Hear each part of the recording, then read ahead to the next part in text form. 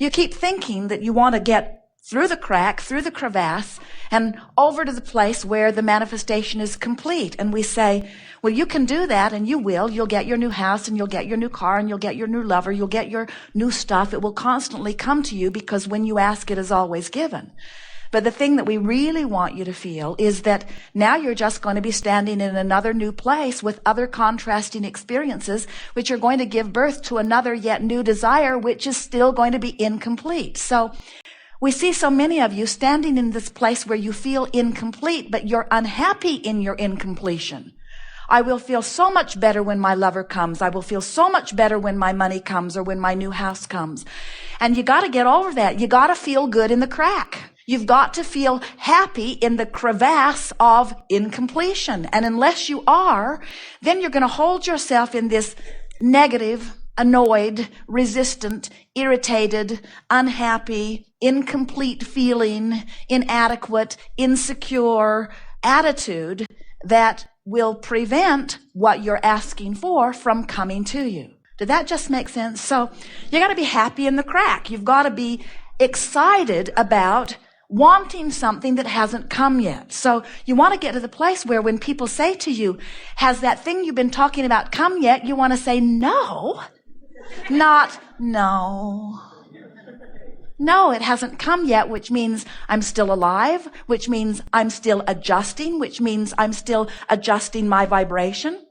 And what is it that you are adjusting your vibration to? You're adjusting your vibration not from not having this thing you want to having this thing you want. You're adjusting this vibration from being unhappy about not having it to being happy even though you don't have it.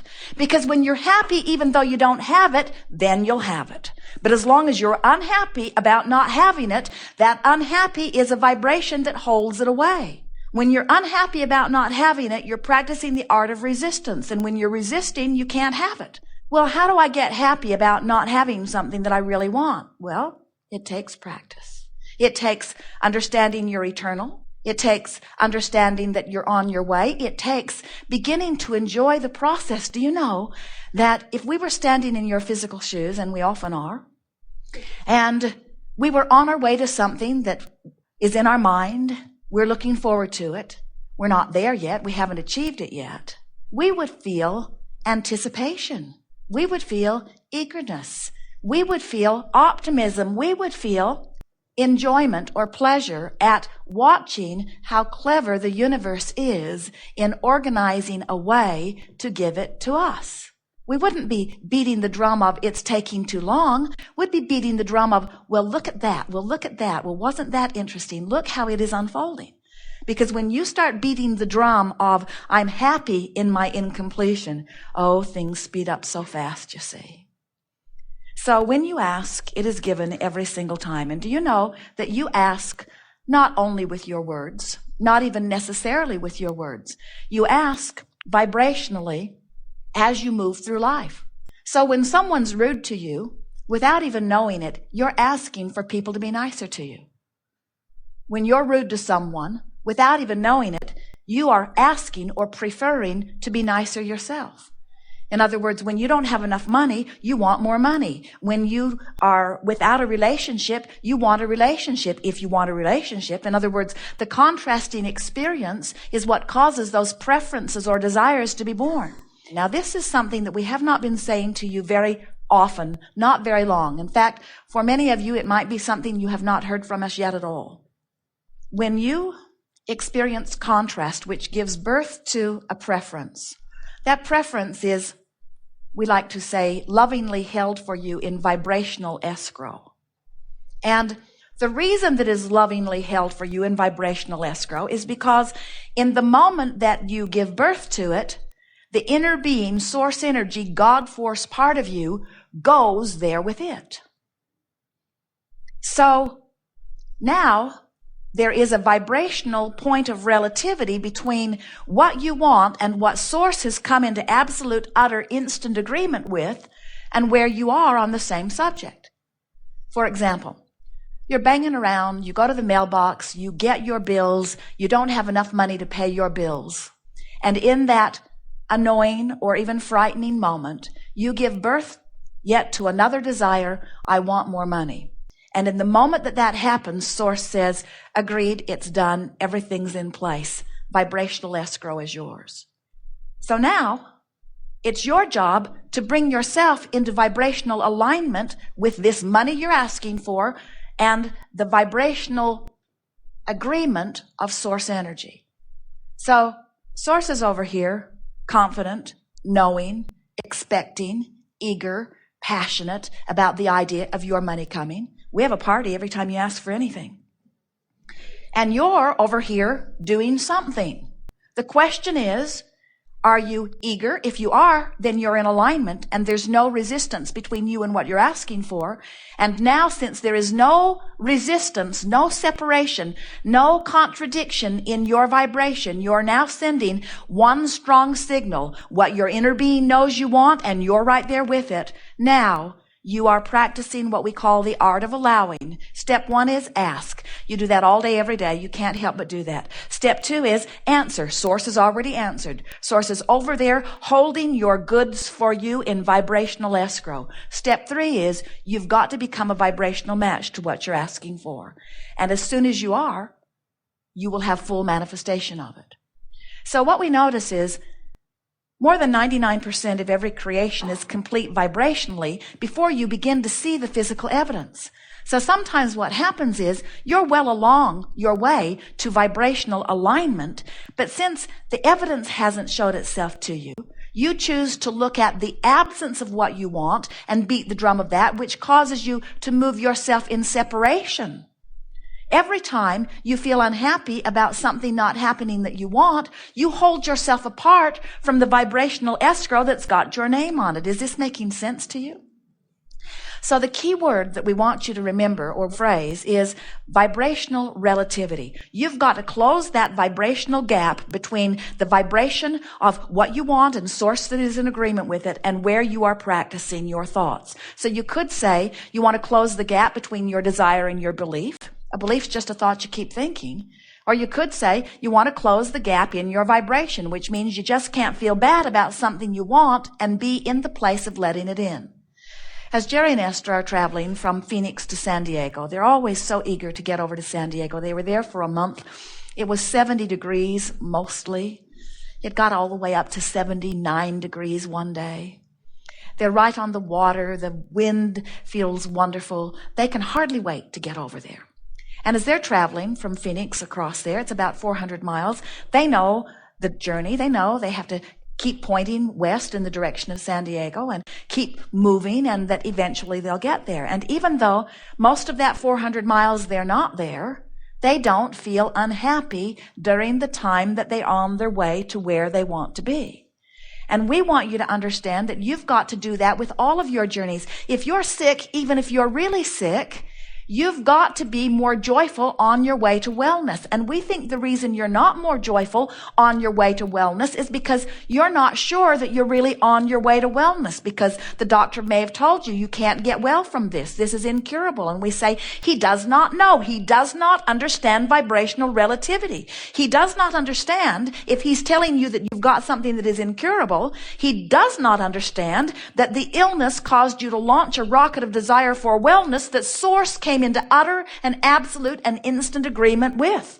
And if you'll come into agreement, you'll be well. It is our promise to you. You cannot not be. It is law. When you close that vibrational gap, you must have what you are now sending the one signal about, you see.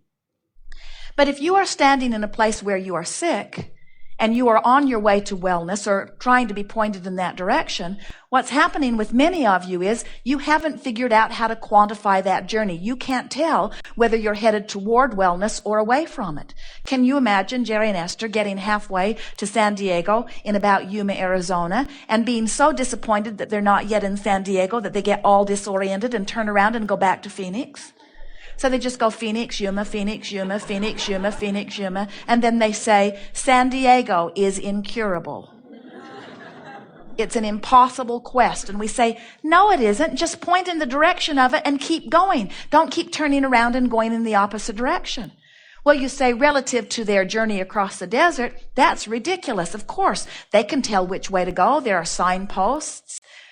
They know the way, but sometimes the way from sickness to wellness, or the way from not enough money to enough money, or the way from a rotten relationship to a wonderful relationship, you haven't figured out how to quantify your journey, because you're listening to that one over there and that one over there and that one over there and that one over there. And what we want you to do is leave here today being able to quantify every journey by understanding that when you want something, Source says yes to it and offers a strong signal that when you line up with, you feel good. How hard is that? Source is over here saying, we know what you want. We've been watching you. We've heard everything. And we're offering a signal about what you want. And you can tell by the way you feel when you're on bead with that signal or when you're not, which means when you're happy, on the trail. When you're appreciating, on the trail. When you're joyful, on the trail. When you're ornery, going the other way. When you're angry, going the other way. When you're afraid, going the other way. Good feeling is on the way. Not good feeling is not on the way. This is the way you quantify your journey, you see. So, Abraham, does that mean that I want more money and I've been asking for it? Lord knows I've been asking for it. For years I've been asking for it. And we say, we know, we've been hearing you. And you should see the pile of money that's lined up waiting for you. And the circumstances and events that have been arranged on your behalf. And then you say, but where is the money? I need the money now. And we say, as you beat that drum that makes you feel worse, you've turned around and you're going back to Phoenix. As you do your best to feel a little better, now you're on the way. This is the thing that you have been missing, that from now on you won't be missing. So this journey across whatever desert it is going to be fast for you. From now on, it is our promise to you. The thing that you have been missing is you cannot jump from fear or despair all the way into bright-eyed, bushy-tailed sunshine, lollipops, and roses appreciation. And when you try to do that, you fall in the ditch. Because the vibration of fear of not having enough money and the vibration of exhilaration of having all the money in the world that you want are two very different vibrations. They feel really different. There is a huge vibrational difference. Now, you understand vibrational differences. You cannot set your radio dial on 6:30 a.m. and hear what's being broadcast from 98.7 FM. They're different frequencies. And your transmitter tuner has to match. In other words, the receiver and the transmitter have to be on the same frequency. So your money's over here in appreciation and love and good feeling ecstasy. And if you're over here in disappointment or fear, you're not on the same wavelength. But what we're saying to you is, don't ask yourself to all of a sudden know that the money is there. Just for a little while, be hopeful that it's there. And then be more trusting that it's there, or believing that it's there. And in time, you'll know that it's there. In time, you'll get so accustomed to feeling that solid feeling of knowing that what you want is always there for you, that there'll never be a gap for you about anything. You'll get so good that you'll be moving through your time-space reality. Something will happen that will cause you to want something. And in the moment of wanting it, you will be so knowing that all good things come to you, that there will be no gap between your wanting and your knowing. And then the universe just says, how about this way? How about this way? How about this way? And then your life will be one of just deciding the delicious way in which you would like the opportunities to flow to you. There will be no question in your mind that they will. If is no longer an issue with you. If is out of the question. It's a done deal. It's a sure thing. You're going to get anything and everything you want. The question is, through what crack of what least resistance will it flow? In what way will you allow the universe to surprise and delight you with all of the things that you've been asking for?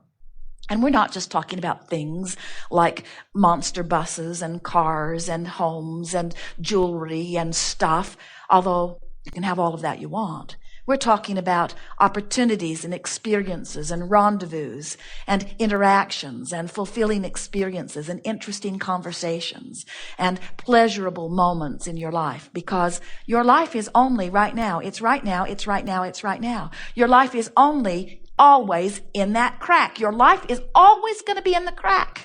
It's in the crack between something that I want and something that I don't have. Your life is always going to be in that crack. And how you feel in the crack is what life is.